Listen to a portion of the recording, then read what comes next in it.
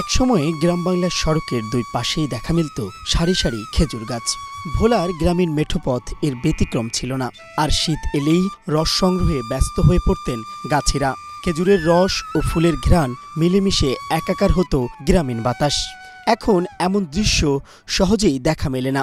ফলে শীতের মৌসুমে খেজুরের রস খাওয়ার ঐতিহ্য ভুলতে বসেছে তরুণ প্রজন্ম।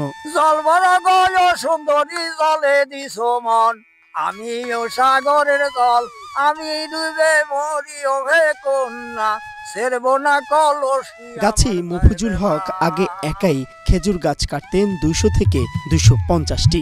কালের বিবর্তনে দিন দিন খেজুরের গাছ কমতে থাকায় গাছিরাও বেছে নিয়েছেন অন্য পেশা।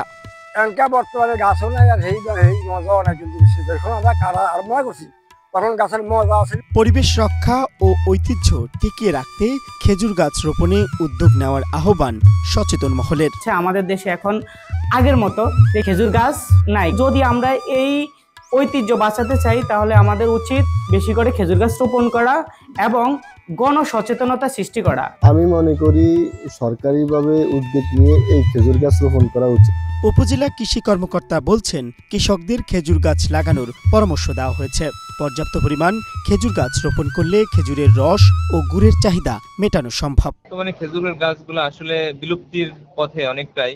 তবে আমাদের সরকারিভাবে আমরা কৃষকদেরকে উদ্বুদ্ধ করতেছি এবং স্থানীয় জনগণকে, যাতে আমাদের এই ঐতিহ্যবাহী এই ঐতিহ্যগুলোকে রক্ষা করা যায়। সেক্ষেত্রে আমাদের পক্ষে সবসময় কৃষকদেরকে সচেতন করা এবং স্থানীয় জনগণকে সচেতন করার জন্য আমরা কাজ করছি কৃষি বিভাগের পক্ষ থেকে। প্রকৃতির ভারসাম্য এবং শীতের মৌসুমে খেজুর রস খাওয়ার গ্রামীণ ঐতিহ্য বাঁচাতে এখনই প্রয়োজন সক্রিয় উদ্যোগ। Mohammad Shafiqul Islam, Asian television.